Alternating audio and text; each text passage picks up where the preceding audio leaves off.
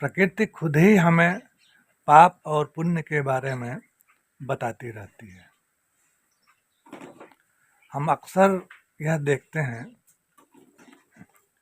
कि शहरों में लोग खाली प्लाट में अपने घरों के जो कूड़ा कचरे होते हैं वो फेंक देते हैं और एक ढेर सा लग जाता है और बहुत बुरा लगता है देखने में।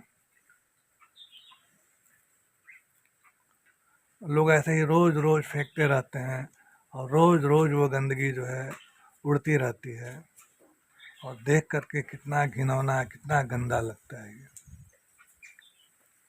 तो ये तो व्यक्ति कर रहा है। अब बरसात के समय में हम क्या देखते हैं कि कुछ जो है कुछ झाड़ियाँ उग जाती हैं, कुछ ऐसे घास उग जाते हैं, कुछ ऐसी लताएं उग जाती हैं, जम जाती हैं और वो इस प्रकार से वो जितने भी कचरे होते हैं, जितने भी कूड़े होते हैं, उनको वो लताएं, वो घास ढक लेती हैं अपने हरियाली से और वो कूड़ा कचरा दिखना ही बंद हो जाता है। ऐसा लगता ही नहीं है कि इस इस जगह पर लोगों के द्वारा फेंका गया कूड़ा भी होगा। तो प्रकृति को अगर देखा जाए तो यह महसूस होता है कि प्रकृति जो है सफाई को पसंद करती है, प्रकृति अच्छाई को पसंद करती है, प्रकृति यह चाहती है कि हम देखने में खूबसूरत लगें, जो भी हमको देखे उसको अच्छा लगे। क्योंकि गंदगी देखना किसी को भी अच्छा नहीं लगता है, लेकिन जब वही उसी गंदगी पे जब हरियाली उसको ढक लेती है तो उस समय वो काफ़ी देखने लायक हो जाता है। तो अब यहाँ से हमको क्या समझ में आता है कि प्रकृति जो चाहती है उसके विरोध में अगर हम कुछ भी करते हैं तो वही पाप है, और प्रकृति से तालमेल बनाते हुए हम जो कार्य करते हैं वही पुण्य है, ऐसा हमारा मानना है। अब देखिए, आप खेत को खूब अच्छे से साफ कीजिए और उसमें अनाज के बीज डाल दीजिए तो वो कई गुना हो जाता है। तो एक तरफ तो प्रकृति गंदी चीज़ों को ढक रही है और दूसरे तरफ प्रकृति अच्छी चीज़ों को क्या कर रही है, बढ़ा रही है। कूड़े से किसी का कल्याण होने वाला नहीं है तो प्रकृति उसको ढक रही है, और अनाज से कितने लोगों का पेट भरने वाला है तो प्रकृति उस चीज़ को बढ़ा रही है। तो अगर प्रकृति को हम लोग, नेचर को हम लोग करीब से देखें तो अपने आप समझ में आ जाएगा कि क्या पाप है, क्या पुण्य है। प्रकृति दुर्गंध को बिल्कुल ही पसंद नहीं करती है और प्रकृति खुशबू को बहुत पसंद करती है। कोई जानवर मर जाए सड़क पर तो कितने जो है प्रकृति के सेवक होते हैं, कौआ के रूप में, सियार के रूप में, कुत्ते के रूप में, छोटे छोटे कीड़े जो शरीर में पड़ जाते हैं उनके रूप में, और बड़ी तेज़ी से उस गंदगी को, उस बदबू को समाप्त करते हैं। कोई कोई बाहर शौच क्रिया कर दे तो देखिए तुरंत जो है तरह तरह के कीड़े लग जाते हैं और उस जगह को बिल्कुल ही साफ कर देते हैं। तो प्रकृति क्या चाहती है? प्रकृति चाहती है दुर्गंध से मुक्त रहना। प्रकृति नहीं चाहती कि चारों तरफ बदबू का ढेर रहे। और फूलों को प्रकृति सजो के रखती है, फूलों को खूबसूरत बनाई है, खुशबू को काफ़ी सुंदर बनाई है जो सूंघने में अच्छा लगे, बदबू को ही ढंग का बनाई है कि दिमाग में बेचैनीपन पैदा कर दें और जल्दी से जल्दी उसको दूर किया जाए। और खुशबू को प्रकृति ढंग का बनाई है कि मन शांत हो जाए। तो प्रकृति जो है खुशबूदार रहना चाहती है। बदबूदार नहीं रहना चाहती है। तो जो जो इस प्रकृति में खुशबू फैलाता है तो वह पुण्य कर्म करता है, और जो इस प्रकृति में, इस वातावरण में बदबू फैलाता है वह पाप कर्म करता है।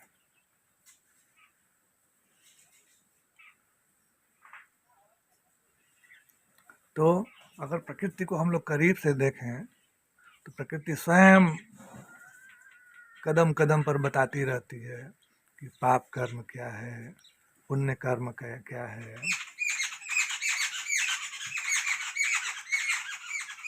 हम यहाँ पर गायों के साथ ही साथ चिड़ियों का भी भोजन इसी पत्थर पे रख देते हैं। दिन भर अलग अलग झुंड में यहाँ पे चिड़ियाँ पक्षियाँ आती रहती हैं, और पानी रखा हुआ है उनके लिए, भोजन रखा हुआ है। दिन भर अलग अलग झुंड में आ कर के और खाती रहती हैं, पीती रहती हैं, अपना चहलकदमी करती रहती हैं। यहीं एक पत्थर है पास में ही, तो प्रकृति के साथ अगर हम लोग रहेंगे तो प्रकृति स्वयं बताएगी कि कौन सा काम अच्छा है और कौन सा काम बुरा है। अब जैसे देखा जाए तो प्रकृति का स्वभाव जो है देने का स्वभाव है। प्रकृति देती है, अधिक से अधिक देती है।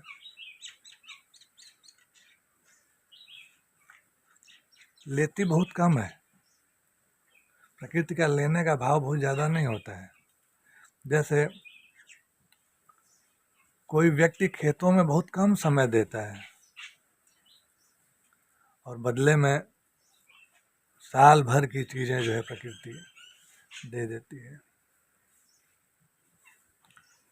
तो प्रकृति मनुष्यों से भी चाहती है कि मनुष्यों का भी स्वभाव देने का ही हो। प्रकृति मनुष्यों को क्या देती है? प्रतिभा देती है।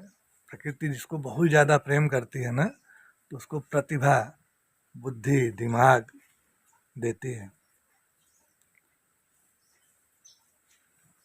बल देती है, विद्या देती है, धन देती है। प्रकृति जिसको बहुत ज़्यादा प्रेम करती है उसको ये सब चीज़ें उपलब्ध करवाती रहती है।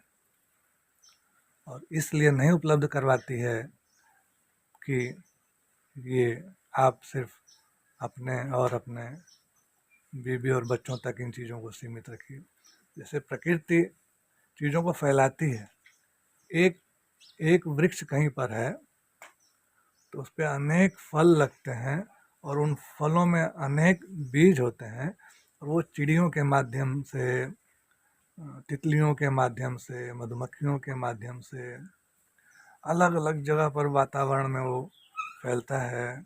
और उस फैलने से क्या होता है कि उसी तरह के और भी वृक्ष तैयार हो जाते हैं, और भी पौधे वैसे ही तैयार होते हैं। तो प्रकृति जो है, अगर आपको बुद्धि दी है, अगर आपको प्रतिभा दी है, अगर आपको धन देती है, तो इसलिए नहीं कि आप उसको अपने तक सीमित रखिए। प्रकृति इसलिए देती है कि वो यह देख करके देती है कि आप जो है प्रकृति को समझते हैं, प्रकृति के सीख को आप समझते हैं कि प्रकृति क्या सिखाना चाहती है, उससे क्या आप समझते हैं। तो इसलिए वो आपको देती चली जा रही है। लेकिन कहीं ना कहीं से आप जब इंद्रियों के गुलाम होते हैं तो सिर्फ उन चीज़ों को अपने तक जब सीमित करते हैं तो जो प्रकृति का जो तालमेल होता है ना, वो डिस्टर्ब हो जाता है। तो यही जो तालमेल जब डिस्टर्ब होता है तो वहीं से पाप शुरू हो जाता है। अब अनाज तो इसलिए है कि आप उसको खाएं भी और फिर आप उसको धरती में बोएं भी, लेकिन आप तो सिर्फ खाते ही चले जा रहे हैं। आपको पैसा मिला, आप बाज़ार गए, बाज़ार से अनाज खरीदे और सारा खा गए। आप तो यह सोचे कि आप मेहनत कर रहे हैं, उस मेहनत से आपको पैसा मिल रहा है, उस पैसे से आप अन्न खरीद रहे हैं और उस अन्न को आप खा गए। तो आप प्रकृति के लिए क्या किए? कुछ भी नहीं किए, कुछ नहीं किए। क्या किए होते तो प्रकृति खुश होती। तो कुछ अनाज खेतों में भी पहुंच जाता है, कुछ अनाज पक्षियों के पास भी पहुंच जाता है, कुछ अनाज जानवरों के पास भी पहुंच जाता है, कुछ अनाज भूखों के पास भी पहुंच जाता है। तब तब जो है, ऐसा नहीं है कि आप मेहनत करके जो धन कमाए तो उस पर सिर्फ और सिर्फ आपका और आपके परिवार के चंद लोगों का ही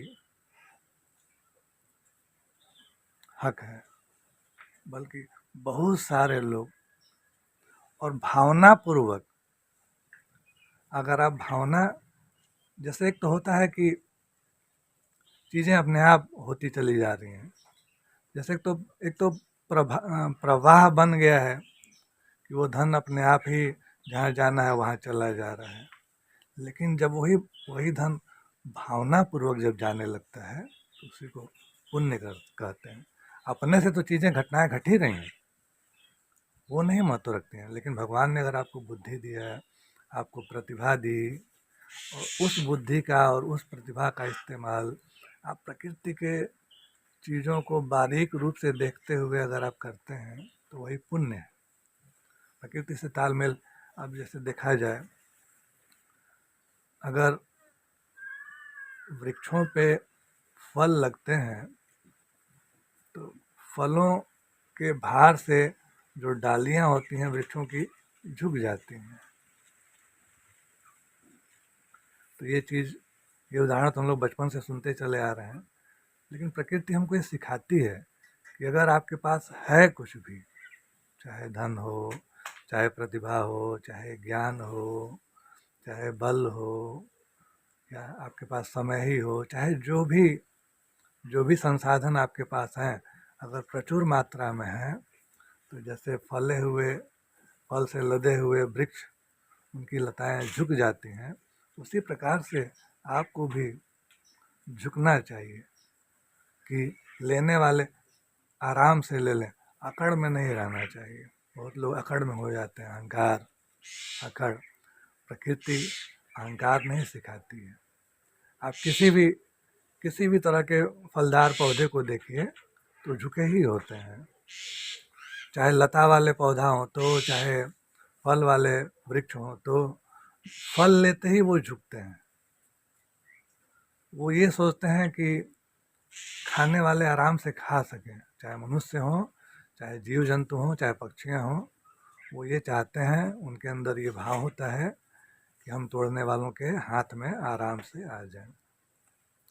एक चीज़ और देखिए, फल जैसे जैसे मेच्योर होते हैं वैसे वैसे उसमें मिठास आने लगती है। तो हम इंसानों का भी स्वभाव ऐसा ही होना चाहिए। जैसे जैसे हमारा उम्र बढ़ता है, हमारी समझ बढ़ती है, हमारे अनुभव बढ़ते हैं, तो वैसे वैसे हम लोगों के भीतर विनम्रता आनी चाहिए, मिठास बढ़ते जाना चाहिए। कोई भी हम लोग के समीप आए, पास आए, तो उसको अनुभव हो कि नहीं, बहुत मिठास है। जैसे आम कितना खट्टा होता है, और जब वो पकता है तो उसी डाली पे होता है, और जब वो पकता है तब क्या होता है, जब वो मैच्योर होता है, जब वो थोड़ा बूढ़ा होता है तो क्या होता है, वो मीठा हो जाता है। अमरूद को भी ले लीजिए, अंगूर को भी ले लीजिए, जामुन को ले लीजिए, किसी भी तरह के फल को आप लीजिए, सेब को ले लीजिए, संतरे को ले लीजिए, जैसे जैसे वो अनुभवी होता जाता है, तो ऐसे ही हम इंसानों को भी ऐसा ही होना चाहिए। अगर हम लोग प्रकृति के इस सिद्धांत का पालन करते हैं तो हम इसी को पुण्य कहते हैं, यही पुण्य है।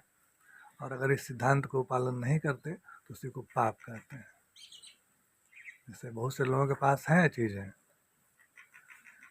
बहुत से लोग हैं, जैसे वृक्ष फलदार होते हैं वैसे ही लोग भी फलदार होते हैं, लेकिन वो अहंकार में होते हैं, अकड़ में होते हैं, दिखावा करते हैं। उनके अंदर जैसे फलों से लदे होने पे वो झुकते हैं। तो ये चीज़ क्या बताता है? ये चीज़ यही बताता है कि अगर आपके पास भी है तो आप जो है विनम्र रहिए, प्रेमी, आपका जो वचन हो उसमें मिठास हो। प्रकृति ये सब चीज़ें जो है हम लोगों को सिखाती है। और प्रकृति जो जो सीख देती है, जैसी प्रकृति है, अगर हम प्रकृति के वैसे रहने में अगर हम सहयोगी हैं तो वो सारे कर्म जो है पुण्य की श्रेणी में आते हैं। और प्रकृति जैसा रहना चाहती है, अगर उसके वैसे रहने में हम बाधक हैं तो यही जो है पाप कर्म है। तो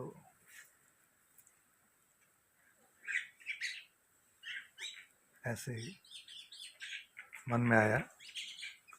और बहुत बहुत धन्यवाद आपको अंत तक देखने के लिए।